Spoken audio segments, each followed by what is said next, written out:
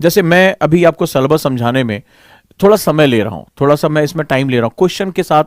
अभी तक किसी भी एकेडमी ने इस बार का पेपर इतना डिटेल वे में डिस्कस नहीं किया है। न सिर्फ डिस्कस किया, आपको पहले दिन से ही राइटिंग में लेकर आ रहा है। क्योंकि जब जो बच्चे मेरे साथ आलोक रंजन के वेबिनार में थे, उन्हें एक बात तो बहुत क्लियर हो गई होगी कि उन्होंने जब लास्ट में कहा कि आईएएस की तैयारी उन्होंने कैसे की और आपको कैसे करनी चाहिए, उन्होंने पहली लाइन ही लिखी थी कि मुझे सिलेबस पे आपकी कमांड होनी चाहिए, नंबर 1। दूसरा, प्रीवियस ईयर पेपर पे आपकी कमांड होनी चाहिए। तीसरा, आपको राइटिंग स्किल पर आपकी महारत होनी चाहिए, यानी आपको लेखन आना चाहिए। आंसर राइटिंग आपकी पर्सनैलिटी का एक बड़ा इंपॉर्टेंट हिस्सा होना चाहिए। तो अब इस कंडीशन में अगर मैं बात करूंगा तो हम लोग यहां पर जो है वो इसको लेके चल रहे हैं। अब जैसे पुष्कर कुमार साहब हैं, अब मुझे नहीं पता कि ये क्लास के स्टूडेंट हैं, इन्होंने कहा नॉर्मल क्लास कब से स्टार्ट होगी, यानी इनके हिसाब से ये एबनॉर्मल क्लास है। यही सोच मुझे बदलनी है। बहुत बढ़िया इन्होंने मैसेज किया है। तो कई स्टूडेंट को लगता है नॉर्मल क्लास का मतलब क्या होता है। नॉर्मल क्लास का मतलब होता है हिस्ट्री पढ़ना, ठीक है। जैसे मैंने क्या किया, इनकी नॉर्मल क्लास का मतलब है कि सर हिस्ट्री कब से पढ़ाओगे, ज्योग्राफी कब से पढ़ाओगे, ठीक है। This is one of the way. तो इनके मतलब नॉर्मल क्लास का मतलब यह हुआ। लेकिन मेरा तुमसे तुम कैसे पता करोगे तुम्हारा टीचर ऑप्टिमली पढ़ा रहा है? तुम कैसे पता करोगे कि तुम्हें जो पढ़ाया जा रहा है वो अप टू द मार्क है? तुम मुझे क्वेश्चन भरो। तुम कोई ऐसा तो नहीं कि छोटे बच्चे हो, नर्सरी में अभी पहली बार एडमिशन लेने आओ, आईएएस की तैयारी करने जा रहे हो। तुम्हें कैसे पता चलेगा कि मुझे इसमें से अपने आप से क्या, अखबारों से क्या जोड़ना है? कैसे तुम जो है वो इसको डिफाइन करोगे? जैसे इन साहब ने पूछा, ऐसे बहुत से ऐसे बच्चे हैं जो लगातार यही सोचते हैं कि अच्छा ये सिलेबस एनालिसिस चला, that is not part of examination. लेकिन अगर आप जब तक सिलेबस नहीं समझोगे तब तक कभी भी यूपीएससी में आपके लिए कोई बहुत ज्यादा डेप्थ क्रिएट नहीं होगी, याद रखिएगा। क्योंकि सिलेबस एनालिसिस जो होता है वो सबसे बड़ी बात, हमें क्या पढ़ना है इसको वो बहुत स्मॉलर कर देता, बहुत छोटा कर देता है कि हमें एग्जैक्टली केवल इतने ही पॉइंट हमें जो है ध्यान से पढ़ने हैं और इसी पर अपनी मास्टरी को क्रिएट करना है। जिस स्टूडेंट को सिलेबस नहीं पता, ये मैं नहीं, जितने भी आईएएस ऑफिसर तुम्हारी भी जानकारी में, इंस्टा पे, फेसबुक, उनसे पूछ के देखो, सर मैं बिना सिलेबस पढ़े आईएएस में जाना चाहता हूं, उसी समय मना कर देंगे तुम्हें कि अगर तुम्हारे पास सिलेबस नहीं है, तुम कितने भी सेमिनार सुन लो, कि अगर तुम्हारे पास सिलेबस में तुम्हारी कमांड नहीं है, तुम कभी भी आईएएस की तैयारी नहीं कर सकते। एकदम स्पष्ट मुंह पे तुम्हारे बोल देंगे और आप जो है वो ट्राई करके देख लेना। और बहुत से स्टूडेंट, मैं बहुत से ऐसे स्टूडेंट को जानता हूं जो आईएएस की तैयारी 6 महीने से, साल भर से कर रहे हैं और उनके सामने एक न्यूज़पेपर डाल देता हूं कि ये न्यूज़पेपर में से पेपर वाइज छांट के निकाल दो। मतलब पेपर 1 में कौन सी खबर है, पेपर 2 में कौन सी खबर है, पेपर 3 में कौन सी है। यकीन मानिए उनको टाइम लग जाता है, नहीं कर पाते हैं। क्यों? क्योंकि उनको सिलेबस की पकड़ ही नहीं है। सिलेबस तुम्हें सबसे ज्यादा मदद कहां करता है? जब आपके पास न्यूज़पेपर आता है, आपको पता है कि आपका मैक्सिमम जो हिस्सा है आज के क्वेश्चंस का बहुत बड़ी मात्रा में करंट के बेस पे आ रहा है। अब आप मुझे बताओ, आज का न्यूज़पेपर आया, तुम्हें कैसे पता चलेगा कि ये पेपर वाइज हो? तुम तो उसको हेडलाइन वाइज पढ़ते हो। तुम्हें कैसे पता चलेगा इसमें कौन सी मुझे एग्जाम्पल को, कौन सी इंफॉर्मेशन को मुझे किस पेपर वाइज पढ़ना है? कैसे उसके नोट्स अपने पेपर वाइज पढ़ोगे? अगर तुम्हें सिलेबस नहीं पता होगा, तुम कभी भी न्यूज़पेपर नहीं पढ़ पाओगे, नहीं पढ़ पाओगे, तुम्हें पता ही नहीं रहेगा। अब रीजन बताता हूं क्यों। कई बच्चे ये जानना चाहते हैं कि आखिर सिलेबस और न्यूज़पेपर में लिंक क्या होता है। आप लोगों ने पूछा था ना मुझसे, एक बार ये समझ लो, सिलेबस और न्यूज़पेपर में लिंक क्या है। अब बताता हूं। कई बिगिनर बच्चे, एक्चुअली क्या है ना कि इस तरह से पढ़ाया हमारे यहां नहीं जाता। हमारे यहां तो वही होता है, आओ जल्दी सिलेबस, आंख बंद करो, वो भेड़ों की तरह आंख बंद करो, चलो चलो इसी लाइन में लग जाओ, जल्दी जल्दी सिलेबस पूरा। उनको लगता है कि सिलेबस पूरा हो गया, हाँ मैं अब तो आईएएस बन गया। लेकिन जब वो रियल टाइम में एग्जाम देने जाते हैं तब उन्हें पता चलता है जमीन और आसमान में बहुत बड़ा जो है एक अंतर हमें यहां पे देखने को मिलता है। अब जरा ध्यान से सुनो क्या इसमें लिंक है। फॉर एग्जाम्पल, एक टॉपिक है हमारा अर्बनाइजेशन, एक छोटा सा टॉपिक ले रहा हूं, अर्बनाइजेशन, शहरीकरण। तुम्हें पता है ये पेपर 1 में भी है और ये पेपर 3 में भी है, दोनों में यहां से क्वेश्चन आते हैं। लेकिन जिस स्टूडेंट को सिलेबस पता होगा उसको पता है कि अगर पेपर 1 में पूछा जा रहा है तो अर्बन डेवलपमेंट और अर्बनाइजेशन से रिलेटेड प्रॉब्लम होगी। जब पेपर 3 में अर्बनाइजेशन पूछा जाएगा, यही ध्यान रखिएगा, बहुत बड़ा अंतर है। तुम्हारी सारा ज्ञान, मैं बार बार क्यों कहता हूं आईएएस व्यक्ति नहीं, व्यक्तित्व का इम्तिहान है। ये राज नहीं पता होगा तुम्हारे, बोले अर्बनाइजेशन पढ़ लिया, अरे बहुत कुछ जानते हैं, बिना सिलेबस को देखे तुमने पढ़ लिया। पेपर 1 में जब अर्बनाइजेशन यानी शहरीकरण की तरफ जाते हो तो वहां क्वेश्चन तुमसे पूछा जाता है कि अर्बनाइजेशन की प्रॉब्लम क्या है, समस्याएं क्या है, किस तरह से हमारी जनसंख्या और अर्बनाइजेशन को लिंक किया जा रहा है। लेकिन जब जीएस पेपर 3 में जाओगे तो वो ग्रोथ इंजन के रूप में, यानी कि डेवलपमेंटल, यानी कि एक जो जिसे हम लोग विकास का इंजन कहते हैं, उस रूप में पूछा जाएगा। अगर तुमने पेपर 1 में इसको इकोनॉमी के बेस पे लिख दिया, तुम्हें लगा अरे अर्बनाइजेशन पढ़ लिया, अरे सब कुछ आता है, अखबार में आया था, उठा के पढ़ लिया, अखबार में आया था कि कैसे जो है अर्बनाइजेशन में जो है वो इकोनॉमिक गतिविधियां बढ़ रही हैं, भारत की 80% इकोनॉमी जो है वो टॉप 50 शहरों के अंदर ही है, तो आपने उठाया। अब पेपर 1 में अगर तुमने इसको पेपर 3 यानी इकोनॉमी के हिसाब से लिख दिया, मार्क्स नहीं देगा। तुम अपने खून से लिख के चले आना, कोई बात नहीं है, ऐसे नस काट लो, लिख ले ना, लिखता हूं खत तुम्हें, इसको चिट्ठी ना समझना, सब कुछ लिख लेना, लेकिन वो नंबर नहीं देगा। और पेपर 3 में जहां पर ये इकोनॉमी के बेस पे पूछा जा रहा है और वहां तुमने अर्बनाइजेशन के चैलेंजेस लिख दिए, कहीं तुमने एडिटोरियल पढ़ लिया, अर्बनाइजेशन शब्द तुम्हारे दिमाग में ब्लिंक कर रहा है और लिख लिया, मार्क्स नहीं देगा, मार्क्स नहीं देगा तुम्हें। फीमेल प्रॉब्लम्स को पेपर 1 में सोशल इश्यूज के बेस पे जस्टिस किया जाता है, पेपर 3 में उसको लेबर फोर्स के हिसाब से जस्टिस किया जाता है। और दोनों के लिखने का तरीका, दोनों के फैक्ट, दोनों का स्ट्रक्चर बिल्कुल अलग होता है। यही फर्क होता है। एक बच्चा जो ये थिन लाइन जानता है, इसको हम लोग ट्रेंड स्टूडेंट बोलते हैं। कौन सा स्टूडेंट? Trend student. पास और फेल होने वाला स्टूडेंट हमारे यहां नहीं पढ़ता है, हमारे यहां पास फेल की कोई जरूरत नहीं है। हमारे यहां 2 तरह के स्टूडेंट होते हैं, एक ट्रेंड होता है, एक अनट्रेंड होता है। एक होता है स्टूडेंट अनट्रेंड। चूंकि मेरे पास कॉन्सेप्टर में 2 साल का समय होता है, तो मैं वहां पर क्या करता हूं, इस जो अनट्रेंड बच्चा है, जैसे ये उसको लग रहा है कि सिलेबस मेन, जैसे उसने बच्चे ने पूछा कि मेन वाला कब पढ़ाओगे, तो उसके दिमाग में बैठा हुआ है कि अभी सर अभी लिखेंगे ज्योग्राफी, और उसके जो है वो हेडलाइन देंगे और हमें ढेर सारा लिखना होगा, तो उसके सारे सपने यहां टूटने जा रहे हैं, सारे सपने टूटेंगे, क्योंकि हम उसको ट्रेनिंग दे रहे हैं यूपीएससी के हिसाब से। वो आया हुआ है एक एकेडमिक्स के हिसाब से कि कुछ ये ग्रेजुएशन में जैसे हमारे मास्टरों ने पढ़ाया था उसी हिसाब से यहां भी पढ़ाया जाएगा, तो ये ग्रेजुएशन नहीं है। ग्रेजुएशन में 67% ले आया, 68% ले आया, कोई मतलब नहीं है, ठीक है। लेकिन यहां यूपीएससी में 1 मार्क्स में ही जिंदगी इधर से उधर पहुंच जाती है, ठीक है। जरा टॉपर की आ गया है जो देख लो, first rank, second rank, third rank के बीच में कितने नंबर का अंतर है, आपको खुद ही अंदाजा हो जाएगा, राइट। अभी मिस्टर राजवर्मा साहब हैं, why UPSC is asking such a way, कि यूपीएससी इस तरह से क्यों बात करता है, क्योंकि यूपीएससी में शायद तुमने वेबिनार किया नहीं, अगर ये वेबिनार करते तो मैंने आपसे भी कहा था कि अगर मेरे बच्चों ने जब उस समय, जब वो डीएम जो है वो थाने के बाहर फंसा था, डीएम था बाहर, भीड़ आग लगा दी, पेट्रोल बम फेंक रही है, पुलिस की गाड़ियों में आग लगा दी, मुझे बताओ तुम्हारी हिस्ट्री, ज्योग्राफी या पॉलिटी का कौन सा सिलेबस उस समय काम आता। तुम्हारे साथ खड़ा एसपी गोली चलाने का ऑर्डर मांग रहा है कि सर अब बोलिए, अभी गोली चला देते हैं, कई लोगों की जान जा सकती है तुम्हारे एक आदेश पे, क्योंकि तुम उस टीम के लीडर हो, तुम्हारे एक आदेश पे बहुत कुछ हो सकता था, तुम छोड़कर भाग भी नहीं सकते, तुम्हें अपने लोगों की जान भी बचानी है। तो वहां पर इसलिए क्योंकि जो रियल टाइम सिचुएशन होती है, आपको फील्ड में काम करना है, तो वहां पर रियल टाइम सिचुएशन में जो थिंकिंग होती है वो यूपीएससी आपसे चाहता है। यूपीएससी बेसिकली थिंकिंग को डेवलप करने का एग्जाम है, कि एक ऐसी सिचुएशन जिसका हमें एक नया रास्ता करना है। इसीलिए जब मैं सिलेबस एनालिसिस करा रहा हूं, तो मैंने सिलेबस एनालिसिस में बताया था क्या, कि ये बेसिकली परिवर्तन किसके लिए है, जहां पर भी आपको चेंज दिखाई पड़ रहा है, जहां भी आपको चेंज दिखाई पड़ रहा है, परिवर्तन दिखाई पड़ रहा है, यानी एक लाइन से वो जो है एक अलग पाथ डेवलप हो रहा है, यूपीएससी में वही पढ़ना है। तो सिलेबस एनालिसिस तुम्हारा एक तो सबसे बड़ा काम, न्यूज़पेपर को मुश्किल से 40 मिनट के अंदर लेकर आ जाएगा। आपको पता होगा कि आधे से ज्यादा खबरें मुझे पढ़नी ही नहीं है, सिलेबस एनालिसिस का सबसे बड़ा फायदा होने जा रहा है। और आपको यह बात पता है कि करंट अफेयर्स के बिना आपका सिलेक्शन नहीं होगा। तो न्यूज़पेपर एनालिसिस का जो मेरे साथ अभी जो आप कुछ दिन समय बिताएंगे, उसमें आपको सबसे बड़ा फायदा होगा कि इसको आज के बाद तुम्हारा जो ये पता चल जाएगा कि आधे से ज्यादा खबरें मुझे न्यूज़पेपर में पढ़नी ही नहीं है। दूसरी जो मुझे पढ़नी है वो मुझे अब पेपर वाइज पढ़नी है।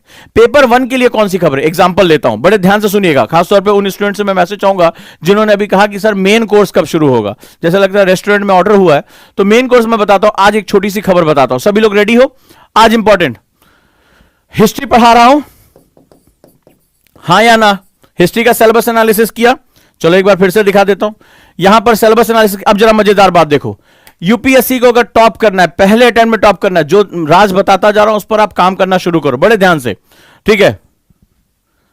यहां पर दिया हुआ है स्वतंत्रता संग्राम, इसके विभिन्न चरण और देश के विभिन्न भागों से इसमें योगदान करने वाले महत्वपूर्ण व्यक्ति और उनका योगदान, यानी कि जो freedom struggle, its various stages and important contribution from different part of the country. पढ़ लिया आपने। अब देखो, किसी ने कहा कि सर मैंने इसका प्रिंट ले लिया है, प्रिंट लेना और इसको समझना। मैंने एनालिसिस वर्ड यूज किया था, इसके बीच जमीन आसमान का अंतर देखो। आज की जब तुम खबर उठाओगे, आज का न्यूज़पेपर उठाओगे, ध्यान से समझना, एक बहुत डीप बात करने जा रहा हूं। आज आपको समझ में आया होगा कि जो हमारी जो 26 जनवरी की जो परेड होती थी, हमारा गणतंत्र दिवस, अब वो 24 के बजाय 23 से शुरू होगा। और आपने कल देखा कि देश में एक बहुत बड़ी कंट्रोवर्सी भी हुई कि अमर जवान ज्योति को लेकर, और वहां देखा कि जहां पर एक समय जॉर्ज पंचम की मूर्ति थी, वहां नेताजी सुभाष चंद्र बोस की मूर्ति स्थापित की जाएगी। और 24 जनवरी से होने वाली हमारी जो गणतंत्र परेड शुरू होती थी, उसको अब हम 23 तारीख लेकर आ रहे हैं। 23 जनवरी से शुरू होगी, और 23 जनवरी नेताजी सुभाष चंद्र बोस का क्या होती है, जन्मतिथि होती है। अब इसमें क्या लिखा हुआ जरा देखो, सिलेबस इतना ये भानुमति का पिटारा है। मान लो सिलेबस में दिया हुआ है कि स्वतंत्रता संग्राम, इसके विभिन्न चरण और देश के विभिन्न भागों में इसमें अपना योगदान देने वाले महत्वपूर्ण व्यक्ति या उनका योगदान, महत्वपूर्ण व्यक्ति और उनका योगदान। मुझे यह बताओ, जो एक नया इतिहास टर्न कर रहा है, जिसमें गांधी नेहरू को छोड़कर अन्य वो लोग जो दब गए थे, जो छुप गए थे, जिनका स्वतंत्रता आंदोलन में इतना योगदान था, अब वो उनके नामों को वापस लेकर आया जा रहा है। चाहे सरदार पटेल हो, चाहे सुभाष चंद्र बोस हो, या अन्य सभी वो लोग जो अलग अलग तमाम जो है, आपने देखा संथाल नेता जो रहे हैं, तमाम आदिवासी नेता जिनका योगदान रहा है। किसी एक व्यक्ति का योगदान नहीं हो सकता कि इतिहास उसी व्यक्ति को जो दे दिया जाए।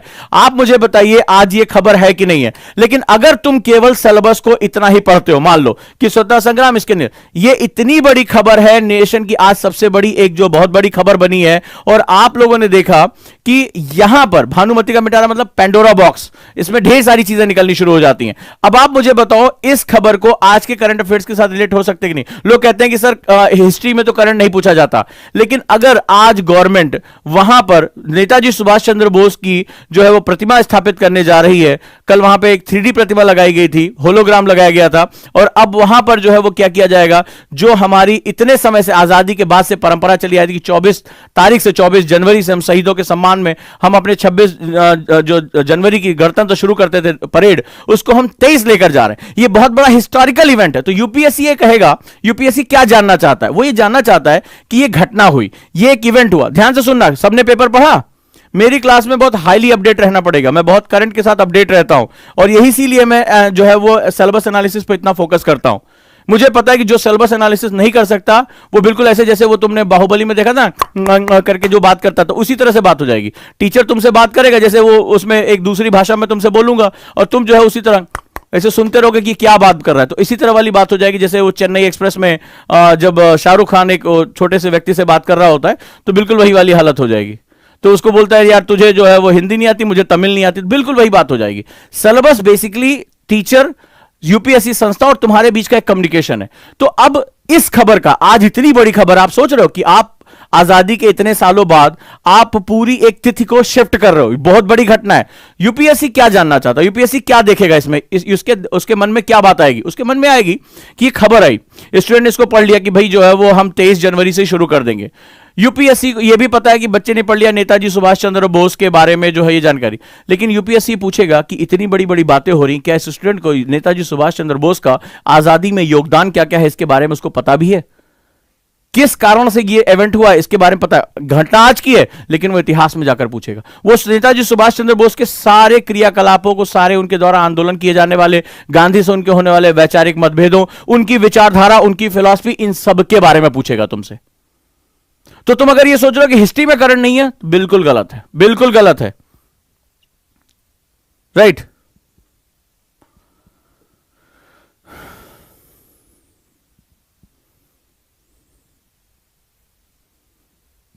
तो दिस इज द फैक्ट, जहां पर आपको, इसको हम लोग बोलते हैं स्टैटोडायनेमिक। स्टैटोडायनेमिक का मतलब डायनेमिक्स, जो अभी आज खबर आई है वो डायनेमिक हो गया, लगातार गतिशील है। स्टैटो मतलब इस खबर का मेरे सब्जेक्ट में बेस कहां है। ठीक, वो ये नहीं पूछेगा बताओ खबर की हेडलाइन क्या थी, किस तारीख को जो है ये गणतंत्र दिवस को जो है शिफ्ट किया, एक दिन पहले जो है वो शुरू किया जा रहा है, ये इससे उसको कोई मतलब नहीं। वो ये पूछेगा कि जिस महानुभाव की बात हो रही है, जिस महान जो है वो व्यक्ति की बात हो रही है, और जहां पर हम लोग इसके स्थापना की बात कर रहे हैं, उसका बेसिक इतिहास क्या है, उसका हमारे स्वतंत्रता आंदोलन में क्या योगदान है, उसकी विचारधारा क्या थी, किस लिए गांधी और जो है इनके बीच में कॉन्फ्लिक्ट हुआ। तो ये बहुत सी चीजें जो है वो लगातार तुम्हारे लिए इंपॉर्टेंट हो जाती हैं। ये होता है मैजिक ऑफ सिलेबस। जिस स्टूडेंट को सिलेबस पता है, उसको पता है कि मुझे कहां तक तैरना है। अदरवाइज ज्यादातर स्टूडेंट इस यूपीएससी नाम की जो ये गहरी नदी है इसमें डूब ही जाते हैं, डूब जाते हैं। क्यों? उनको पता होता है कि उनको यही नहीं पता कि इसकी गहराई, इसका परास कितना है, और ये तुम्हें सिर्फ सिलेबस बता सकता है। ठीक है, चलिए आगे बात करते हैं। और मैंने आप लोगों को क्वेश्चन होमवर्क करने के लिए दिया था ओजांग टेस्ट प्रैक्टिस पर, वो सारी ई बुक अवेलेबल है, सभी को ये बात पता है, राइट? तो अब हम लोग हिस्ट्री में बात कर रहे थे, यहां पर हमारा डिस्कशन हुआ था वो सभी पॉइंट्स, वो सभी लोग, वो सभी घटनाएं जिन्होंने इतिहास में एक क्या किया था, एक डायमेंशन क्रिएट किया। और ये देख लेना बहुत महत्वपूर्ण, क्यों? क्योंकि इतिहास का एक तरह से पुनर्लेखन हो रहा है, इतिहास को रीराइट किया जा रहा है। History is now going to rewrite. बहुत लंबे समय तक जो नेहरूवियन हमारे जो हिस्ट्री थी या हमारी जो ब्रिटिश हिस्ट्री थी वही हमें पढ़ाई जा रही थी। अब हम भारतीय खुद अपनी लीजेसी को सर्च कर रहे हैं। हम उन लोगों को सर्च कर रहे हैं जो नेहरू, गांधी के इतर भी बहुत से लोगों का योगदान था, आप लोगों को पता भी नहीं, हमारे आदिवासियों का भी योगदान था, नॉर्थ ईस्ट के लोगों का योगदान था, लेकिन वो सभी इतिहास के पन्नों में कहीं दब गए हैं, केवल कुछ ही लोग हाईलाइट हैं। और जब कोई व्यक्ति आंदोलन करता है, जैसे आपने देखा होगा कि अगर गांधी और नेहरू, गांधी और सुभाष चंद्र बोस के विचार एक जैसे होते तो कभी भी कॉन्फ्लिक्ट नहीं होता। आखिर ऐसा क्या विचार था नेताजी सुभाष चंद्र बोस का जो गांधी से अलग था? ये फिलॉसफी है, क्योंकि आंदोलन इन्हीं विचारों पर खड़े किए जाते हैं। जहां गांधी कहते हैं कि अहिंसा परमो धर्मा, अहिंसा की बात कर रहे हैं, वो अहिंसा को आगे लेकर जा रहे हैं, सारे आंदोलन नॉन वायलेंस पे हो। चौरी चौरा कांड के बाद उन्होंने आंदोलन वापस ले लिया। वहीं नेताजी कहते हैं तुम मुझे खून दो, मैं तुम्हें आजादी दूंगा। इसका मतलब क्या? There is a lot of philosophical differences, बहुत बड़ा जो है वो एक दार्शनिक जो है दोनों के बीच में हमें अंतर दिखाई पड़ता। तो हमें यूपीएससी चाहेगा कि तुम इस अंतर को समझो, इस अंतर को जानो। जब तक इस डेप्थ को नहीं जानोगे तब तक ये पूरा का पूरा समय जो है वो तुम्हारे लिए किसी काम का नहीं होगा, राइट?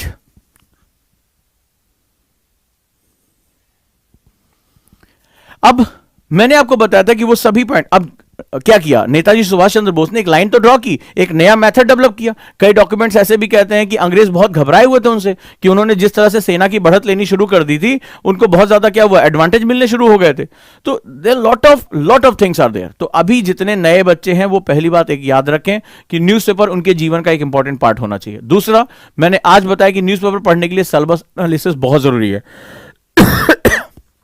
तीसरा, आप तब तक न्यूज़पेपर नहीं पढ़ सकते, आप चाय की दुकान पे बैठ के नहीं पढ़ रहे हैं, आप यूपीएससी की तैयारी कर रहे हैं, तो जब तक आप सिलेबस पे आपकी कमांड नहीं होगी तब तक आपके लिए न्यूज़पेपर एक बहुत बड़ा बोझ बन जाएगा।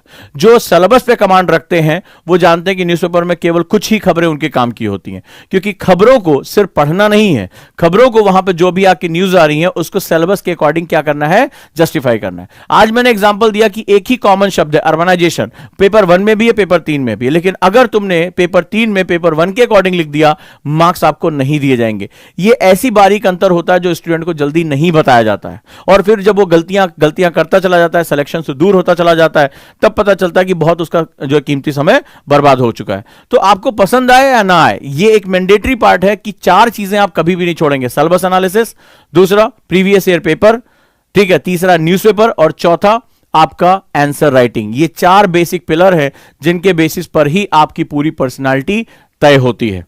क्लियर है? चलें आगे चलते हैं। और अब हम इसी सेगमेंट में एक नई चीज को समझते हैं। हमने क्वेश्चन किया था, तो हमने एक क्वेश्चन आपको दिया था, आप भी चाहें तो खुद से कर सकते हैं। ये इस बार का मेंस का पेपर है। अब आप देखिए क्वेश्चन किस तरह से सिलेबस के हिसाब से आ रहे हैं। तो हमने पहला क्वेश्चन यहां तक कर लिया था, किस तरह भक्ति साहित्य, इसने भी हमें एक लाइन ड्रॉ किया था, हाँ या ना, कंफर्टेबल हो?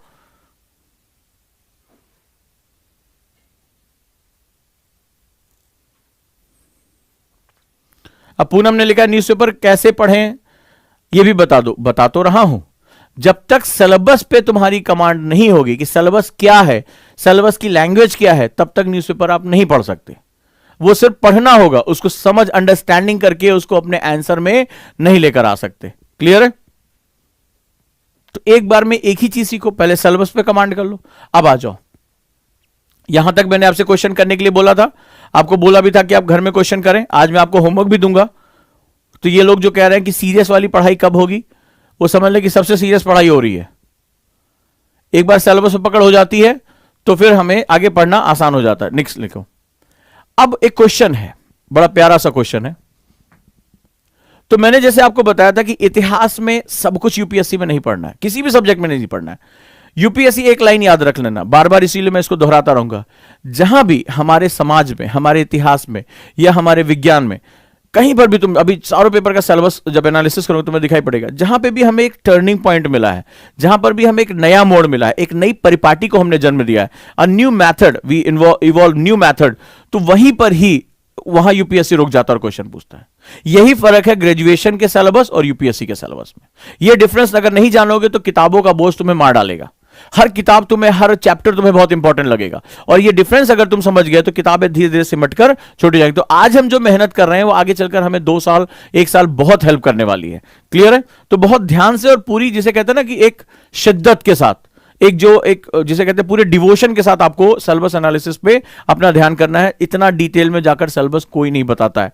अब इस बार मैंने क्या किया है, सिलेबस बेस पे क्वेश्चन दिया है। अगला क्वेश्चन जो इस बार का यूपीएससी मेंस का क्वेश्चन है, ध्यान से देखो। कहता है trace the rise and growth of the socio religious reform. लिख लो, trace the rise and growth. Topic क्या है हमारे पास? राइज यानी उदय, ग्रोथ यानी विकास, सोशियो रिलीजियस रिफॉर्म। चलो इसके शब्द के बारे में मुझे बताओ। सामाजिक धार्मिक सुधार। सुधार शब्द से क्या मतलब होता है? What is the meaning of reform? और सुधार शब्द से आप क्या समझते हैं? इस शब्द में बहुत कुछ छुपा हुआ है। सुधार करने का मतलब, जैसे आपने कई बार देखा होगा, मान लीजिए हमारे पास कोई ऐसी चीज है टेढ़ी मेढ़ी हो जाती है, तो हम उसको पीट पाट के क्या करते हैं, या उसको दबा उबा के हम उसको सीधा करते हैं। कॉपियों का पन्ना मुड़ जाता है तो हम उसको ठीक ठाक करते हैं कि नहीं करते? मान लो ऐसे ये कोई पेज है मुड़ जाता है तो हम इसको क्या करते हैं, सीधा करते हैं। तो सुधार का मतलब क्या होता है? उसको वापस अपनी स्थिति की तरफ लेकर आना, या अगर वो डिविएट हो गया।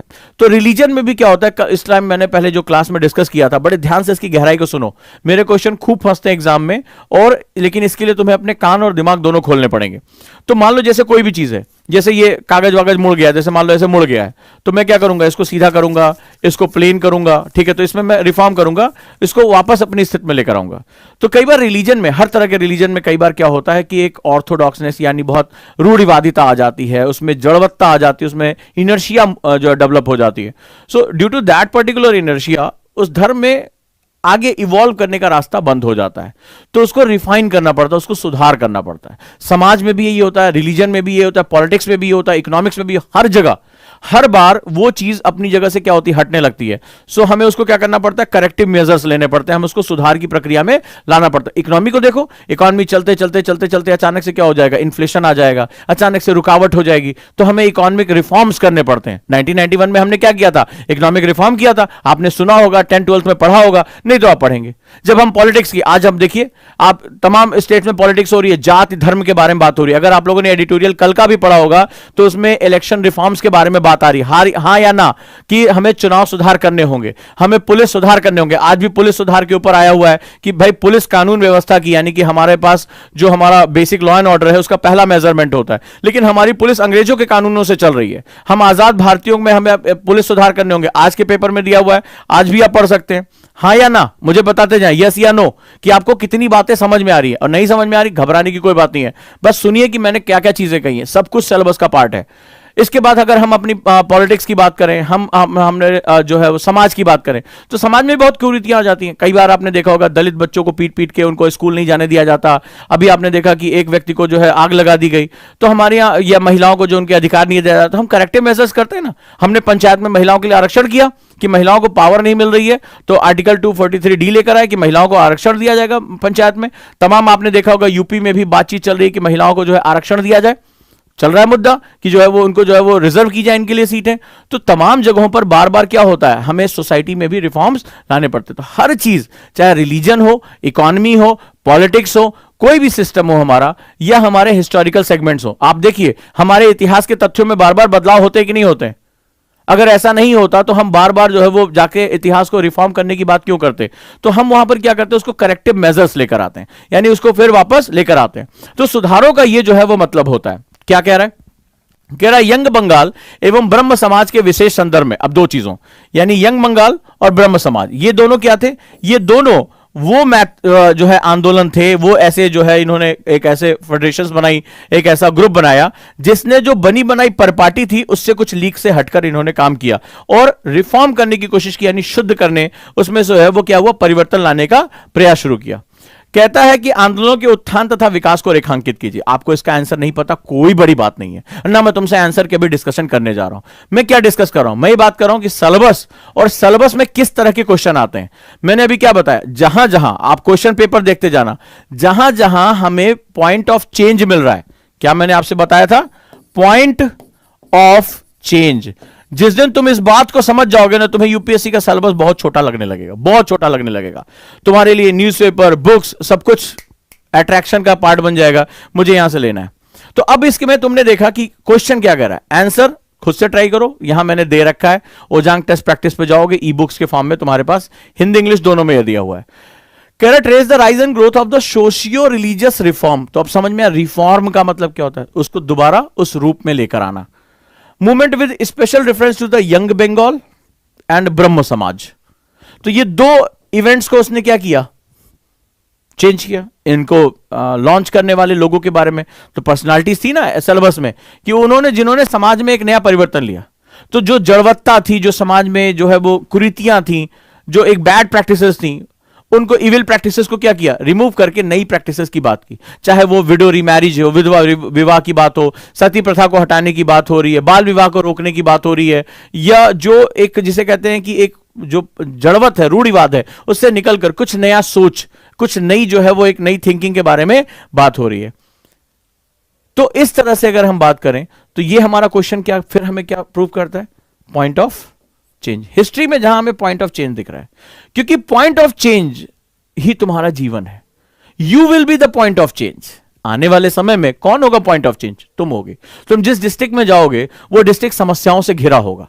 तुम जहां के डीएम बन के पहुंचोगे वो बिल्कुल समस्याओं से घिरा होगा। कहीं पीने का पानी नहीं होगा, कहीं बहुत बड़ी आबादी जो है वो 20 लीटर पीने के पानी के लिए मीलों दूर जाती होगी, कई बच्चे स्कूल नहीं जाते होंगे, बच्चों में नशे की समस्या होगी, कई महिलाओं को घर से बाहर निकलने का जो है वो मौका नहीं मिलता होगा, उनको अपनी जो है वो पावर एक्सरसाइज करने का मौका नहीं मिलता होगा, कहीं अवैध खनन हो रहा है, कहीं पर्यावरण को नुकसान पहुंचेगा। ये जब तुम जाओगे तो ये तुम्हें गिफ्ट में दिया जाएगा समस्याएं, और तुम पॉइंट ऑफ चेंज होगे। तुम्हारे किसी भी क्षेत्र में लिए गए स्टेप्स जो होंगे, इनिशिएटिव्स होंगे, तुम्हारे वाइज स्टेप जो होंगे, वो वहां के लोगों के जीवन के ऊपर बहुत बड़ा फर्क डालेंगे, बहुत बड़ा अंतर डालेंगे। यही वो पॉइंट है जहां पर यूपीएससी को आप पकड़ सकते हो कि this is the point of change. क्यों सिलेबस में उठाते यूनिवर्सिटी, किसी भी टॉप यूनिवर्सिटी का सिलेबस उठा के डाल देते? नहीं डाला ना। उन्होंने उन्हीं घटनाओं, उन्हीं व्यक्तियों, उन्हीं लोगों, उन्हीं संस्थाओं को क्यों डाला जिन्होंने इतिहास में पॉइंट ऑफ चेंज डेवलप किया है, यानी पॉइंट ऑफ चेंज के रूप में एस्टैब्लिश हुए हैं। क्यों? क्योंकि आपकी भी सर्विस क्या है, आपके लिए पॉइंट ऑफ चेंज है। आप ही परिवर्तन के बिंदु होगे। जब आप जाओगे यूपीएससी में, जब आप डीएम बनोगे या और भी पोस्ट पे जाओगे, तो आपको ये सारी चीजें गिफ्ट मिलेंगी। पता चला कि बच्चे स्कूल नहीं जाते, सरकारी स्कूल में नशा करते हैं, वो जो है व्हाइटनर सूंघते हैं, तो आपको उसके लिए स्टेप उठाना पड़ेगा। आप बच्चों को उठा के जेल में नहीं डाल सकते हो। आपको उन्हें मुख्य धारा में लाने के लिए अब आपको कोई किताब भी नहीं मिली है कि भैया किताब पढ़ो और इसको पढ़कर बच्चों को जो है नशा मुक्त कर दो। आने वाली पीढ़ी खराब हो जाएगी, ह्यूमन रिसोर्स खराब हो जा रहा है। आप अपने वाइज डिसीजन, समाज के लोगों को इकट्ठा करना, बच्चों की काउंसलिंग करना, मनोवैज्ञानिकों का जो है वो प्रभाव वहां डालना, स्कूल व्यवस्था अच्छी करना, उनको प्रेरित करना, ये सारे प्रयास करोगे तब आपकी वजह से वो बच्चे स्कूल लौट पाएंगे। और अगर वो लौट जाते हैं तो आप जिस जिले में गए हो, आपका जो काम है वो पॉइंट ऑफ चेंज के रूप में जाना जाएगा। आपका काम एक इतिहास बन जाएगा। सिंपल सा फंडा है। डन? तो इस क्वेश्चन को समझ गए? चलिए, और हम क्वेश्चन आंसर इसमें दिया हुआ है, आप चाहे तो ओटीपी पे जा सकते हैं। मैं एक बार क्वेश्चन डिस्कस कर लेता हूं कि सिलेबस के हिसाब से मेरे पास क्या क्या सेगमेंट्स आए हैं। चलिए आ जाइए। कहता है assess the main administrative issue and socio culture. अच्छा, आप मुझे बताओ, जिसको इसको मैंने सिलेबस बताया है, खासतौर पे वो भाई साहब जिन्होंने कहा था कि मेन पढ़ाई कब शुरू होगी, आ जाइए सर। अभी मैंने सिलेबस लास्ट टाइम भी डिस्कस किया था, ये सिलेबस का कौन सा पार्ट है प्लीज डिफाइन करें। क्वेश्चन आया हुआ है, ये इस बार 2021 का मेंस का क्वेश्चन पेपर है, अभी जो हुआ है अभी जनवरी में, मुश्किल से एक हफ्ता हो रहा है। Assess the main administrative issue and socio culture problem in the integration process of the Indian princely states. ठीक है, कहता है भारतीय रियासतों के एकीकरण की प्रक्रिया में मुख्य प्रशासनिक मुद्दों एवं सामाजिक सांस्कृतिक समस्याओं का आकलन करिए। चलिए,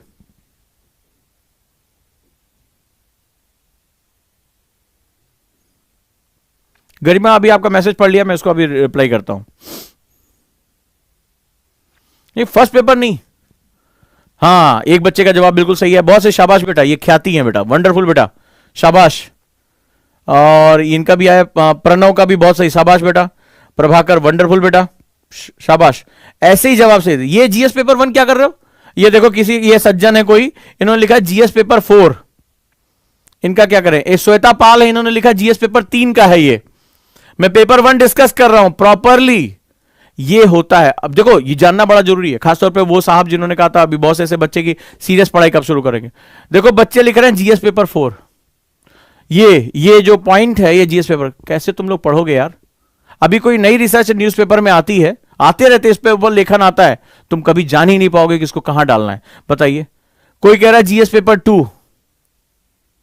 मतलब आप लोग अपना मानसिक स्तर देखिए, और आप आईएएस की तैयारी करते, बस अभी उठाता भूगोल पढ़ा, बहुत आसान है यार, सालों से पढ़ा रहा हूं, एकदम नींद में भी पढ़ा सकता हूं। वो ज्यादा आसान था, ये ज्यादा कठिन था, क्योंकि अभी अभी पेपर हुआ है, किसी ने नहीं अपडेट किया, तुरंत अपडेट करके तुम लोग को यहां बता रहा हूं। ये स्थिति है तुम्हारी, ये स्थिति है तुम्हारी, और तुम आईएएस की तैयारी करने जा रहे हो। तुम्हें ये नहीं पता कि अभी पिछली क्लास में मैंने तुम्हें जो है इसके बारे में डिस्कस किया था, और तुम्हारे पास सिलेबस नहीं, तुम क्या करोगे बुक्स का? तुम्हें पता नहीं रहेगा पढ़ क्यों रहे हैं। फिर कहो सर मैं आजकल हिस्ट्री पढ़ रहा हूं। जो स्टूडेंट हिस्ट्री बोलता है, ज्योग्राफी बोलता है, पॉलिटी बोलता है, उसका वैसे भी यूपीएससी में कुछ नहीं होता है। जो ये बोलता है कि मैं जीएस पेपर 1 पढ़ रहा हूं, जीएस पेपर 2 पढ़ रहा हूं, 3 पढ़ रहा हूं, वही सही मामले में पढ़ाई कर रहा है। तो जब तक तुम्हारी लैंग्वेज सिलेबस के अकॉर्डिंग नहीं होगी, तुम ये लिख रख लो, कुछ नहीं होगा। तुम अभी 2022, 23, 24 बिता लो, कुछ होने जाने वाला नहीं है।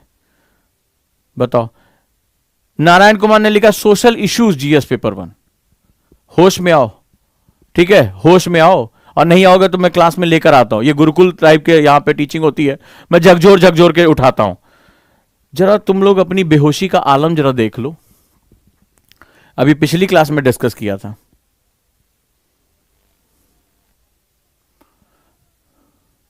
स्वतंत्रता के पश्चात देश के अंदर एकीकरण और पुनर्गठन। सिलेबस तुम्हें नहीं पता और तुम चल रहे हो आईएएस की तैयारी करने, और पूछ रहे हो कि ज्योग्राफी कब पढ़ाएंगे। हाँ देख लो, ले हुआ है ना, ये देखो यहां पे दिया हुआ है, post independence consolidation and reorganisation within the country, है कि नहीं है? जीएस पेपर 1 का हिस्ट्री का पार्ट है ये। आयुष शर्मा लिख रहे हैं कि आर्ट एंड कल्चर, ये आर्ट एंड कल्चर का पार्ट है। बहुत बढ़िया। सिर्फ 5-6 बच्चे थे जिन्होंने जवाब सही दिया, सिर्फ 5-6 बच्चे। और जब तुम्हें पता ही नहीं है कि पेपर कहां से आ रहा है, क्या चीज पूछेगा, कहां से तुम तैयार कर पाओगे? इसमें लगातार तुम्हें अपडेट करना पड़ेगा। अभी तमाम नए नए आर्टिकल आए थे, तमाम जो है वहां पर बातचीत, कई बार जो है जूनागढ़ का मुद्दा बार बार उठ जाता है, कई बार हैदराबाद का मुद्दा उठ जाता है, ऑपरेशन पोलो का मुद्दा उठ जाता है। अभी गोवा का जो है, आपने देखा गोवा का भी कुछ दिन पहले जब गोवा का पुनर्स्थापना दिवस हुआ था, आजादी की जो सालगिरह मनाई गई थी, वहां पर भी आर्टिकल आए थे। तो आप न्यूज़पेपर से कभी नया उठा ही नहीं पाओगे, क्योंकि आपको तो पता ही नहीं, आप तो बेहोश हो ना। तुम तो आईएएस की तैयारी करने आए, कैसे करना है तुम्हें थोड़ा ना पता। मौसी का घर ढूंढ रहे हो, कहां है नहीं जानते, मौसी घर जाना है बस, खाली मौसी घर ढूंढो तुम लोग। यही चीज, इसीलिए मैंने कहा था पहले तोड़ूंगा फिर जोड़ूंगा। मुझे पता है कि ढेर सारी गलत फहमियों के साथ तुम आईएएस की तैयारी करने आ रहे हो, फिर कहते हो सर हमारा तो आईएएस में हुआ ही नहीं, सर कोचिंग ठीक नहीं थी, टीचर ठीक नहीं था, राहु केतु भी खराब थे, ठीक है, शनि भारी था, 7.5 चल रही थी, सारी चीजें तुम्हें खराब। लेकिन तुम ये नहीं देखोगे तुमसे क्या गलती हो रही है, तुम्हें यूपीएससी की लैंग्वेज ही नहीं पता।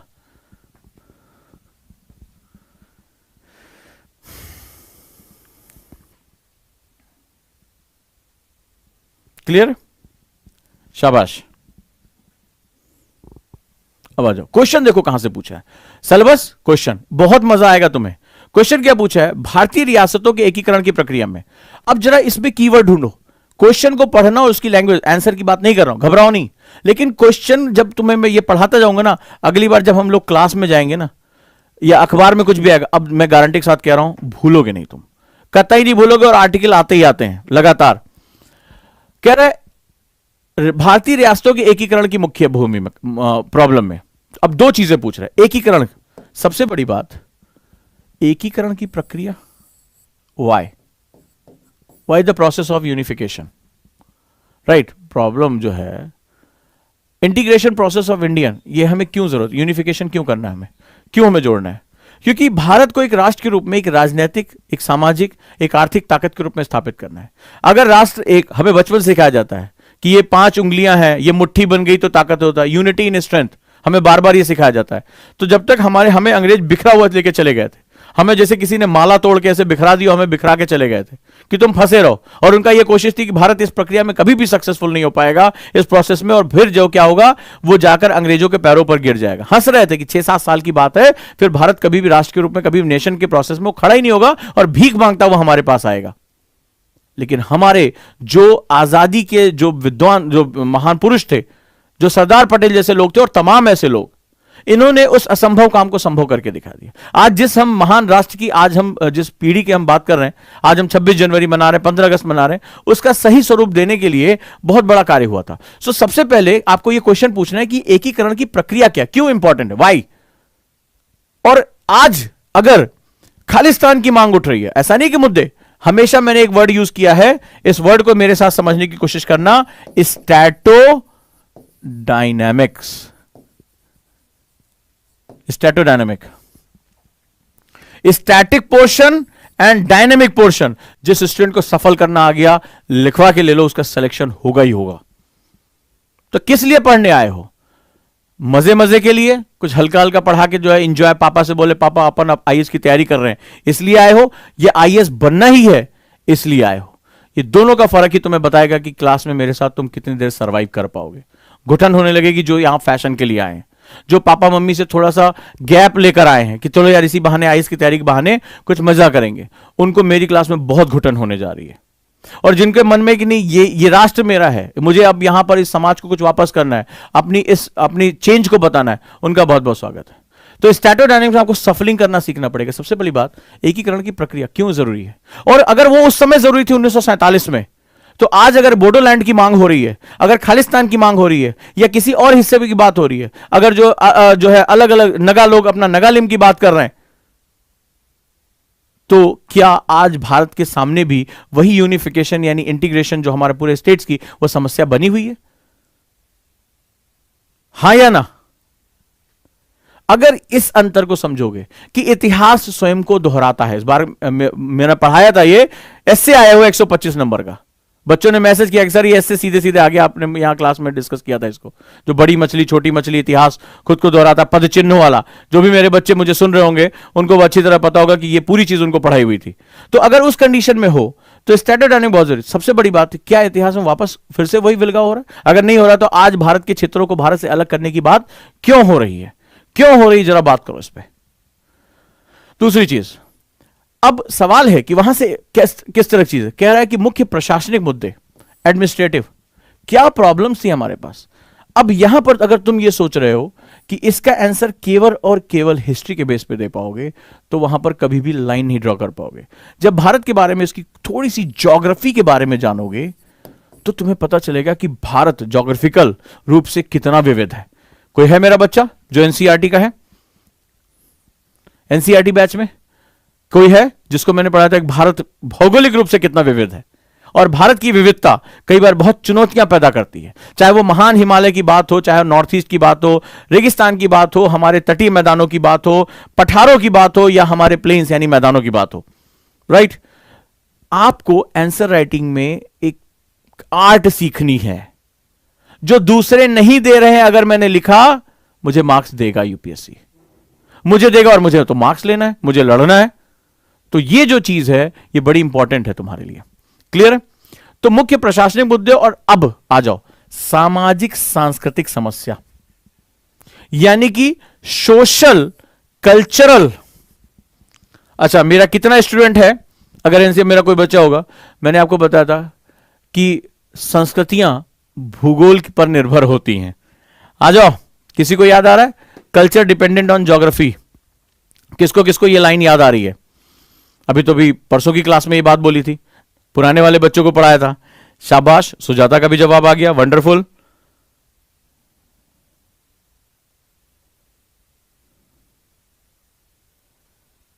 अब मुझे आंसर लिखना है। आंसर में कितनी ट्रिक डाली है देखो। यूपीएससी एक ही क्वेश्चन के अंदर जान फूंक देता है।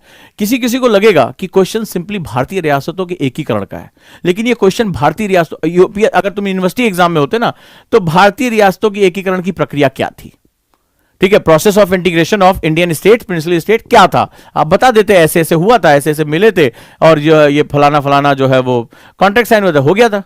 लेकिन इस क्वेश्चन की डेप्थ देखो, वो एक क्वेश्चन के अंदर गागर के अंदर सागर भरता है, इसी का नाम यूपीएससी है। गागर के अंदर सागर है, मतलब उसमें आपको सब कुछ निचोड़ लेता है। कह रहा है कि मुख्य प्रशासनिक मुद्दे और सामाजिक सांस्कृतिक समस्या। अब सामाजिक सांस्कृतिक समस्या, मेरा स्टूडेंट अगर कोई भी होगा उसको पता होगा कि मैं हमेशा कहता हूं कि कल्चर और ज्योग्राफी को कभी भी अलग अलग करके नहीं देख सकते।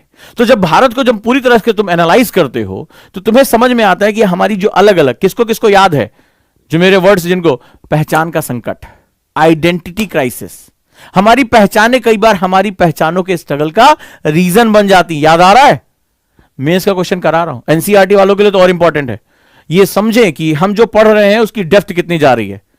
मजा आ रहा है? कई बच्चों के जो है आंसर, हाँ सर मजा आ रहा है कि इसमें ये यस यस करके मैसेज आ रहे हैं इनके, सब बिल्कुल से। अब समझ में आया? एक ही क्वेश्चन में, हिस्ट्री के क्वेश्चन में, और आपको पता है सोशल इश्यूज पेपर 1 में है, ज्योग्राफी पेपर 1 में। अभी आंसर सिलेबस एनालिसिस करूंगा, इसका आंसर लिखते समय मुझे पूरे पेपर 1 के डायमेंशन का इस्तेमाल करना पड़ेगा अगर मुझे इसमें ज्यादा मार्क्स मेरे कॉम्पिटिटर से चाहिए। और ये कट थ्रोट कॉम्पिटिशन है, अगर आप नहीं लिखोगे कोई और लिख लेगा, आपको बाहर कर देगा, वो अंदर चला जाएगा, और आपको एक एक नंबर के लिए फाइट करनी है तो आपको कुछ नया देना पड़ेगा, और वही दे पाएगा। ये जो सोशल इश्यूज है, ज्योग्राफी है और हिस्ट्री है, ये तीनों पेपर 1 का पार्ट है। और देखो कितना ट्रिक किया, क्वेश्चन नहीं पूछ रहा है। अगर क्वेश्चन ये होता कि एकीकरण की प्रक्रिया क्या थी तो यूनिवर्सिटी वाला बच्चा भी कर लेता, लेकिन ये यूपीएससी है, कह रहा है कि आखिर सामाजिक सांस्कृतिक समस्याएं क्या थी। वो राजनीतिक समस्याओं के बारे में बात नहीं कर रहा, प्रशासनिक एडमिनिस्ट्रेटिव पहला, और दूसरा बात कर रहा है सोशियो कल्चरल। क्या क्वेश्चन है, बहुत वाकई में बहुत ही जबरदस्त अच्छा क्वेश्चन है। इसको जब ध्यान से मैंने पढ़ा, मैंने कहा कितनी बड़ी ट्रिक खेल गया यूपीएससी। जिस बच्चे ने कोई भी हिस्ट्री की किताब उठा लो, पोस्ट इंडिपेंडेंस विपिन चंद्रा पढ़ लो, कोई भी पढ़ लो, तो उसमें ज्यादातर उस समय का जो है वो हिस्टोरिकल पर्सपेक्टिव दिया है, पॉलिटिकल पर्सपेक्टिव दिया है, और सब बच्चे और इसको मैक्सिमम लिखा। मैंने किसी पूछा भी जो इन बच्चों ने मेंस दिया, उसमें उसने गलत लिखा, उसने वो पूरा का पूरा वही खा के उसको उतार आया। उसने ध्यान ही नहीं दिया क्वेश्चन की डेप्थ क्या है, कि क्वेश्चन में तो कुछ और पूछ रहा है, क्वेश्चन में सोशियो कल्चरल पूछ रहा है। और जिसको भी सही ढंग से इसने क्लास में पढ़ा होगा उसको पता होगा बिना ज्योग्राफी को डिफाइन किए कभी भी सोशल कल्चर को डिफाइन नहीं कर सकते। इतनी बड़ी ट्रिक खेल गया यूपीएससी इस गेम में, और बच्चा लोग यस मैंने पूरा लिख दिया तो विपिन चंद्रा छाप के आया, यस यस करता हूं, घर आएगा जब आंसर आएगा अरे यार मेरा नहीं हुआ, क्योंकि वो कुछ और पूछ रहा था। ये दो शब्द को अगर बैठ के बाद सोच नहीं पाए ना तो कभी भी इसका आंसर नहीं कर पाओगे। कितने मेरे स्टूडेंट हैं जिनको ये मैंने पढ़ाया था और अब मजा आ रहा है उनको? ये इस बार का पेपर है बाबू, इस बार का पेपर है, और ये ट्रिक है जैसे बहुत, ये इसको मैंने इसलिए ये बहुत ट्रिकी क्वेश्चन है, बहुत ट्रिकी क्वेश्चन।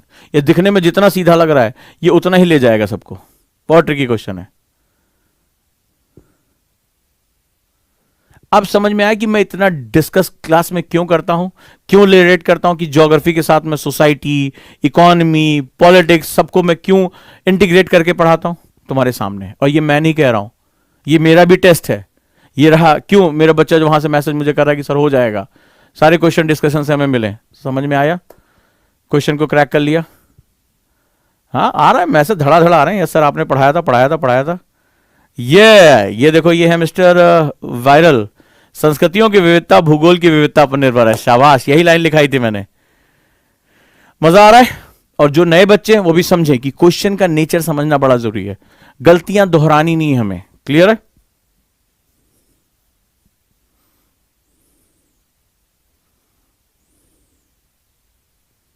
निधि ने लिखा है कि सर दोनों क्लासेस लिंक होने पर बहुत मजा आ रहा है, कॉन्फिडेंस तुम्हारा बढ़ रहा है। मेंस का क्वेश्चन हिट कर रहे हो, मेंस में लिखे हुए बच्चा गलत करके आया, वो खाली विपिन चंद्रा में उसने क्या किया, पॉलिटिकल डायमेंशन लिखता चला गया। उसने सोचा भी नहीं कि यहां गेम कितना बड़ा खेल गया यूपीएससी।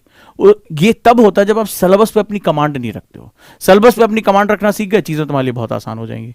चले आंसर हम डिस्कस करते रहेंगे क्लास में। देखें सिलेबस के साथ क्वेश्चन किस तरह से पूछ रहा है, लिंक कर रहा है। अब जरा ध्यान से देखो, जैसे फॉर एग्जाम्पल ये देखो, ये हमारा हिस्ट्री का सिलेबस है, ये देखो भारतीय समाज की मुख्य विषय, ये सोशल इश्यूज हैं, भारत की विविधता, महिलाओं की भूमिका, महिला संगठन, जनसंख्या, संबंध मुद्दे, गरीबी, शहरीकरण, उनकी समस्या और उनके रक्षोपाय, ठीक है, role of women, women organisation, silent Indian society की खास बातें, ठीक है, मेंस में मैंने पढ़ाया भी था, आपको याद होगा मेंस के बच्चों को। तो अब क्या हो रहा है, इसी को उसने हिस्ट्री के साथ जोड़ दिया। अब ये इंडियन सोसाइटी, भारतीय समाज का सिलेबस है, ये हिस्ट्री का सिलेबस है, और इसके नीचे भूगोल का सिलेबस है। आपने देखा कि क्वेश्चन को कैसे उसने मर्ज किया, कैसे उसने लपेटा। जो स्टूडेंट सिलेबस पे अपनी कमांड नहीं कर पाएगा, उसके लिए यूपीएससी में अंदर घुसना बहुत मुश्किल है। उसके लिए उसकी किताबें वो बस रटेगा, न्यूज़पेपर तो कतई नहीं पढ़ पाएगा, समझने की तो खैर बात ही छोड़ दो। तो सिलेबस आप कभी भी आज आप उस पर चले जाए, फेसबुक पे तमाम आईएएस वाईएएस ऑफिसर हैं, उनसे पूछिए सर मैं सिलेबस नहीं पढ़ना चाहता, मुझे सर सिलेबस नहीं समझना है और मैं आईएएस की तैयारी करना चाहता हूं, फिर वो तुम्हें जवाब देंगे, वो आके मेरे को बता देना। चलिए अब आ जाते हैं।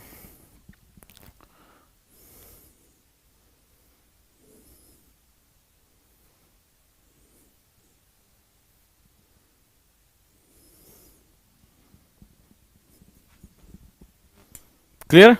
चलो क्वेश्चन लिख रहे हो तुम लोग, लिखते जाओ। To what extent did the role of moderates prepare a base for the wider freedom movement? Comment. ये इस बार जो है वो बड़ा ट्विस्टिंग क्वेश्चन आया था। नरमपंथियों की भूमिका ने किस हद तक व्यापक स्वतंत्रता आंदोलन के लिए आधार तैयार किया? टिप्पणी करें। क्या यह सिलेबस में है? क्या सिलेबस में है?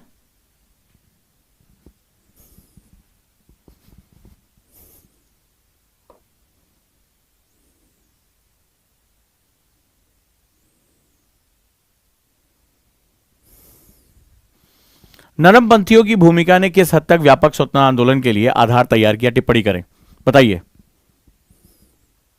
To what extent did the role of the moderate prepare a base for the wider freedom movement? Is it? पहले आइडेंटिफाई करो, सिलेबस में है। शाबाश ओजांकियन, साहिल रहमान ने बिल्कुल सही कहा, वंडरफुल। अच्छा लगता है तुम नाम के पहले जब ओजांकियन वर्ड यूज करते हो, बहुत बढ़िया, thank you so much honour करने के लिए। हाँ गुड। मुझे पॉइंट बताओ, जीएस पेपर 1 में किस पॉइंट पे है? सबके लिए, और जिसको नहीं पढ़ा वो फिर से पढ़े, लिखे, मेरे से बात करे, लेकिन मास्टर ऑफ द सिलेबस। अभी आज मेहनत कर लो, कल तुम्हें लगेगा सिलेबस अचानक से एकदम छोटा सा हो गया। अरे यार मुझे पता है, न्यूज़पेपर जो कहते हो, न्यूज़पेपर, मैगजीन, बुक्स, ये सब कुछ तुम्हारी अपनी हो जाएंगी, सब मैग्नेट की तरह इनको खींचोगे। सिलेबस में इतनी पावर होती है कि इंफॉर्मेशन वो खींच लेता है, और जो स्टूडेंट सिलेबस नहीं जानता वो बस यकीन मान लो साल 2 साल, मैं बेमान नहीं, मत पढ़ो तुम, जाओ यार कोई बात नहीं है, लेकिन ईमानदारी से पढ़ो। और आज मेरे सभी बच्चों को बहुत गर्व महसूस हो रहा होगा, जिनको मैंने एनसीईआरटी पढ़ाया है, या मेरे कॉन्सेप्टर के बच्चे, उनके लिए भी ओपन क्लास है ये। अभी सिलेबस फिर से रिवाइज करने का, एटलीस्ट मेंस में जा रहे हैं वो, और मेंस में जिनको पढ़ाया, आज उनको गर्व महसूस हो रहा होगा कि किस चीज पे हम कनेक्ट कर रहे हैं। राइट, चलो देख लेते हैं, कंफर्म कर लेते हैं। बार बार पढ़ो, ये एक बार में नहीं आता है, इसको बार बार पढ़ना पड़ता है। पॉइंट, एक एक पॉइंट से क्वेश्चन कैसे आता है, देखो यहां लिखा हुआ है, स्वतंत्रता संग्राम तथा इसके विभिन्न चरण। राइट, यानी freedom struggle its various stages. तो जब स्टेजेस में जाते हो तो हमें कई स्टेजेस दिखाई पड़ते। एक समय था जब हम चिट्ठियां दिखा करते थे, तो उनको नरमपंथी कहा जाए। 1907 में ये क्वेश्चन आया था, 1907 में नरमपंथ और गरमपंथ अलग अलग हो गया। तो ये मॉडरेट्स हुआ करते थे, जैसे दादा भाई नरोजी या तमाम अन्य नेता जो हैं, गोपाल कृष्ण गोखले, ये चिट्ठियां लिखना, सभाएं करना, और ये लोगों को अवेयर करने का काम करते थे। वो न्यूज़पेपर में लिखा करते थे, ये डायरेक्टली सरकार से टक्कर नहीं लिया करते थे, ठीक है, ये उससे ज्यादा हेड ऑन नहीं, उनको पता था कि हमारी संख्या बहुत कम है, जब तक कि हम एक बेस नहीं तैयार कर लें। इसीलिए गांधी ने आगे चलकर गोपाल कृष्ण गोखले को अपना गुरु माना था, अपना राजनीतिक, अपना जो है पॉलिटिकल गुरु माना था। तो उस कंडीशन में क्या कि बेस कैसे तैयार करना है। जब ज्यादा लोग हमारी बात सुनना शुरू कर देंगे, जब तक उनको यह नहीं पता चलेगा कि आजादी का मतलब क्या होता है, what is the political meaning of freedom, what is the social meaning of freedom, तो जब तक हम ये बेस नहीं तैयार कर लेंगे, तब तक हम डायरेक्टली हेड ऑन कोलिजन नहीं कर सकते जो है वो अंग्रेजों के साथ। तो यहां पर क्या था कि स्टेजेस, अब देखो यहां पर दिया हुआ है, आपको ये टिप पर होना चाहिए, टिप पर होना चाहिए कि आपको इसको कैसे पढ़ना है और इसको कैसे अपना आउटपुट हमें देना है। शाबाश शेख सहेद, ये जीएस पेपर 3, ये क्या लिख रहे हो तुम, जीएस पेपर 3 में है ये, सामने लिखा हुआ है, बताइए। आप इसको जीएस पेपर 3 में लिख जाएंगे तो अभी आपको पता ही नहीं कि सिर्फ सिलेबस नहीं होता है, सिलेबस ही डिफाइन करता है कि आंसर क्या होगा, सिलेबस डिफाइन करता है आंसर क्या होगा। बताइए सर, बहुत गलत बात है। जिनको सिलेबस की लैंग्वेज नहीं आती ना, तो जैसे वो बोल रहा था ना बाहुबली में करके जो बोलता था, तो ऐसे मैं भी बोलूँ तो समझ में नहीं आएगा ना तुम्हें। बोले सर पता नहीं आप क्या बोल रहे हैं। Syllabus is the language between you and UPSC. UPSC जो चाहता है वो अपने सिलेबस के माध्यम से कह रहा है, मुझे कोई दिक्कत नहीं है। डन, समय तुम्हारा बेकार जाएगा। और यहां एकेडमी में हम यही चाहते हैं कि आप बहुत ताकतवर बन के निकले। अब इस क्वेश्चन के अंदर क्या है, टू व्हाट एक्सटेंट, क्वेश्चन में बड़ा ट्रिक है। इस तरह के जब क्वेश्चन आते हैं, टू व्हाट एक्सटेंट, व्हाट पहले लगा दिया, ठीक है, तो ये व्हाट एक्सटेंट मतलब इसमें तुम्हें क्या करना पड़ेगा। जो मेरे आंसर राइटिंग के बच्चे होंगे, जिन्होंने आंसर राइटिंग क्लास, उन्हें पता होगा टू व्हाट एक्सटेंट का मतलब क्या होता है, किस हद तक। इसका मतलब होता है जस्टिफाई। ये अब तुम्हारे ऊपर है, तुम किस सोच के हो। यूपीएससी सोच भी आपकी देखता है कि आप क्या हो, ठीक है, किस हद तक यू जस्टिफाई। कि तुम्हें लग रहा है, नहीं तुम्हें लग रहा है नरमपंथियों की भूमिका नहीं है, फ्री हो लिखने के लिए। तुम्हें लगता है कि नहीं बहुत इंपॉर्टेंट भूमिका है, तुम फ्री हो लिखने के लिए। लेकिन वो कहता है जस्टिफाई। जैसे कहते हैं कि जैसे मम्मी ने पूछा, ये बताओ जार खाली पड़ा हुआ है, ठीक है, ऊपर जो मिठाई का जार था खाली पड़ा हुआ है, तो तुम्हें मम्मी ने 2 थप्पड़ मारे कि तुम्ही ने मिठाई खाई होगी। Now you have to justify. तुमने कहा मैंने मिठाई नहीं खाई, बोले और कौन खाएगा, ऊपर जार में से सारी मिठाई गायब है। तो तुम्हें क्या होगा, तुम्हें जस्टिफाई करना पड़ता है। जस्टिफाई मतलब प्रमाण देने पड़ते। देखिए मैं तो ट्यूशन में था, तो मैं तो खा ही नहीं सकता, ठीक है, मैं वहां पहुंच ही नहीं सकता। तो आपको क्या करना पड़ता है, अपने तर्क देने पड़ते हैं, अपने आर्ग्यूमेंट्स लेकर आने पड़ते हैं। याद है, तो आर्ग्यूमेंट जब लेकर आते हैं तो जस्टिफाई। समझो, अब आप जिस भी पक्ष की तरफ जाना चाहते हो, आपको लगता है कि कोई खास भूमिका नहीं थी, आप जस्टिफाई करो उसको। जस्टिफाई मतलब अपने कॉन्क्रीट तथ्य दो यहां पर। क्लियर है, अपने कॉन्ट्रैक्ट किस हद तक व्यापक स्वतंत्रता आंदोलन के लिए आधार तैयार किया, यानी बेस तैयार किया। तो सारे इवेंट्स को आपको क्या करना है, कोलैबोरेटिव करना है और जस्टिफाई करना है। अपने तर्क आपको देने हैं कि सर मैं एग्री करता हूं कि हाँ ये बहुत इंपॉर्टेंट था, मैं डिसएग्री करता हूं, कोई बहुत ज्यादा इनकी भूमिका, इनका बहुत ज्यादा प्रभाव नहीं आया। आप फ्री हो लिखने के लिए। यूपीएससी कहता है आप किसी भी लाइन में जा सकते हो, बट आपको जस्टिफाई करना पड़ेगा, ठीक है, जस्टिफाई करना पड़ेगा, तभी आप कर पाओगे। तो ये आर्ग्यूमेंट्स होता है आपके और एग्जामिनर के बीच में। और आपको अपना, मम्मी ने कहा मारा, फिर एक तमाचा मारा, बोला तुम्हारे कपड़ों पे देखो ये मिठाई का जो ये लगा हुआ है तुम्ही ने खाया है, so you have to justify, नहीं तो वो मम्मी ठोंक देंगे तुम्हें, ठीक है, तुम्हें बचना पड़ेगा। नहीं आपने मारा, मुझे गलत मारा, ये मेरा जो लॉजिक है मैं यहां था ही नहीं। सो यहां पर क्या होता है, आपको आर्ग्यूमेंट्स देने पड़ते हैं। This is a Russell tussle. ये आपके और एग्जामिनर के बीच में एक रस्सा कस्सी का माहौल होता है। बड़े ट्रिकी क्वेश्चन होते हैं ये। शाबाश, गुरांग ने लिखा है principle 2 and 4, wonderful, I am proud of you. अब उसी को पता है क्योंकि आंसर मैंने प्रिंसिपल्स के बेस पे आंसर राइटिंग कोर्स पढ़ाया था। मजा आया। अब सिलेबस को फिर से पढ़ो। इसके बाद के क्वेश्चन तुम्हें कहां मिल जाएंगे, ओजांग टेस्ट प्रैक्टिस पे मिल जाएंगे। आप ओजांग टेस्ट प्रैक्टिस पे जाकर क्या कर सकते हैं, आप ये ई बुक डाउनलोड कर सकते हैं। क्वेश्चन के डिस्कशन पर आइए, ठीक है, जितना हो सके उतना क्वेश्चन डिस्कशन करिए।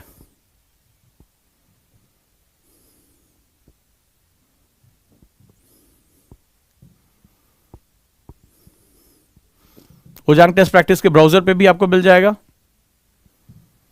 तो ये आप जाएंगे नीचे सबसे, here you will get all the e books free में।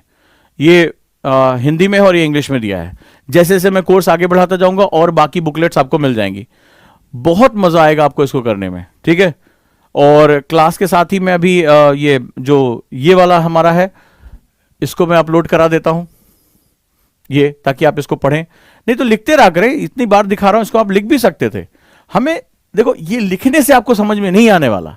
एनालिसिस इसीलिए करा रहा हूं, मेहनत कर रहा हूं, क्योंकि इसके अंदर क्या चीजें हैं वो जब तक देखो, बार बार मैं भी एक बार उस दिन पढ़ाया था, कितने लोगों को समझ में आया। उसके बाद भी क्लास में कोई कह रहा है जीएस पेपर 4 से आया, कोई कह रहा 3 से कह रहा है। फिर अभी अगली क्लास में आऊंगा, फिर समझाऊंगा। ये इतनी जल्दी पत्थर की लकीर जो है, इतनी